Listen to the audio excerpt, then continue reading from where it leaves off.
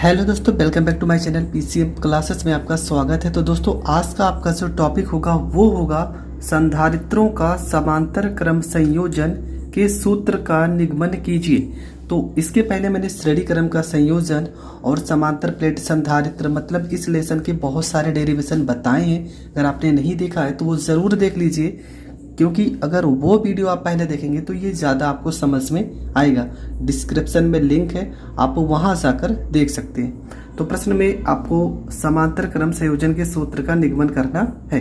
तो सबसे पहले समांतर क्रम संयोजन किसे कहते हैं, ये चीज़ हम सबसे पहले समझ लेते हैं। तो लिखा है संधारित्रों का ऐसा संयोजन जिसमें प्रत्येक संधारित्र की प्रथम प्लेट को x तथा दूसरी प्लेट को y से जोड़ा जाता है। देखो प्रत्येक प्लेट के क्या लिखा है, प्रत्येक संधारित्र की प्रथम प्लेट को, ये प्रत्येक संधारित्र की प्रथम प्लेट और ये भी प्रथम प्लेट, इसको एक सिरे से जोड़ा जाता है जिसको एक बिंदु x से जोड़ा जाता है और दूसरी प्लेट को y से जोड़ा जाता है। इस प्रकार के संयोजन को समांतर क्रम संयोजन कहते हैं। तो यहाँ पे लिखा भी है, क्या लिखा है कि संधारित्रों का ऐसा संयोजन जिसमें प्रत्येक संधारित्र की प्रथम प्लेट को x तथा दूसरी प्लेट को y से जोड़ा जाता है, इस क्रम को समांतर क्रम संयोजन कहते हैं। ये आपका हो गया डिफिनेशन। अब रचना आपको क्या लिखना है, रचना में लिखना है कि माना तीन संधारित्र C1, C2 तथा C3 समांतर क्रम में जोड़े गए।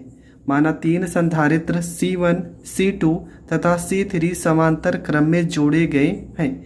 जब इनके बीच में 20 वोल्ट का बैटरी लगाया जाता है तब प्रत्येक संधारित्र के प्लेटों के मध्य समान विभवांतर होंगे, इसलिए इन पर आवेश की मात्राएं भिन्न भिन्न होंगी। बस यही आपको समझना है। अगर समांतर प्लेट संधारित्र की बात करेगा तो यहाँ पर विभवांतर समान होगा, आवेश अलग अलग होंगे। ठीक है, तो रचना में क्या क्या लिखना है, देखो 1% भी आपको याद ही नहीं करना। देखो हम रचना यहाँ से ही बना के लिख दे रहे हैं, कैसे कैसे आप रचना को लिखोगे। तो सबसे पहले आपको लिखना है कि माना तीन संधारित्र C1, C2, C3 हैं जिनको 20 वोल्ट की बैटरी के साथ समांतर क्रम में जोड़ा जाता है। चूंकि संधारित्र की जो प्लेटें हैं ये समांतर क्रम में हैं, इसलिए इनके बीच का जो विभवांतर होगा वो समान होगा और इनके आवेश की मात्राएं भिन्न भिन्न होंगी। तो यहाँ पे लिख भी देंगे। यहाँ पे देखो क्या हो गया, आवेश की मात्राएं भिन्न भिन्न होंगी। तो आपने फार्मूला पढ़ा होगा, फार्मूला होता है C बराबर में Q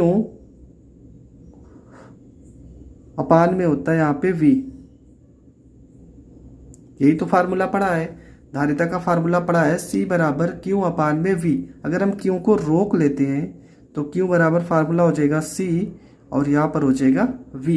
तो यहाँ पे पहले प्लेट के लिए आवेश Q1 बराबर धारिता आपका C1 और विभव आपका समान होगा, तो यहाँ पे विभव के लिए V। Q2 बराबर यहाँ पे C2 और यहाँ पे V। Q3 बराबर यहाँ पे C3 और यहाँ पे हो जाएगा V। मतलब Q1, Q2 और Q3 का वैल्यू आ गया। Q1 बराबर C1V, Q2 बराबर C2V, Q3 बराबर C3 और यहाँ पे हो गया V। फिर लिखेंगे कुल प्रवाहित आवेश। अगर पूरे परिपथ में देखा जाए तो आवेश Q हो तो Q बराबर हो जाएगा Q1 plus Q2 plus Q3। Q का फार्मूला क्या है, C इंटू V। तो Q की जगह पे देखो हमने लिखा भी है कि चूंकि Q बराबर कितना होता है CV हो जाएगा। तो जहाँ पे Q लिखा है वहाँ पे लिखेंगे CV बराबर C1B प्लस में C2V प्लस में C3B। यहाँ पर हो गया CB बराबर, यहाँ पे देखो V तीनों में कॉमन हो रहा है तो V को करेंगे कॉमन और ये हो जाएगा आपका C1 प्लस में C2 प्लस में C3। यहाँ पे ये B से ये B कट जाएगा और आपका जो वैल्यू निकल के आएगा वो निकल के आएगा C बराबर C1 प्लस में C2 प्लस में C3।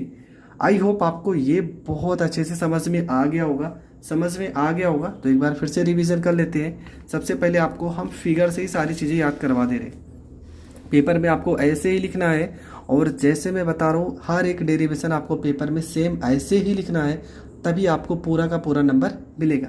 तो सबसे पहले समांतर क्रम किसे कहते हैं, समांतर क्रम संयोजन, तो आपको लिखना है कि संधारित्रों का ऐसा संयोजन जिसमें प्रत्येक संधारित्र की प्रथम प्लेट को एक बिंदु x से तथा दूसरी प्लेट को y से जोड़ा जाता है, इस प्रकार के संयोजन को समांतर क्रम संयोजन कहते हैं। फिर रचना में आप लिखिए हो कि माना C1, C2 तथा C3 तीन संधारित्र हैं जिनको B वोल्ट की बैटरी के साथ समांतर क्रम में जोड़ा जाता है।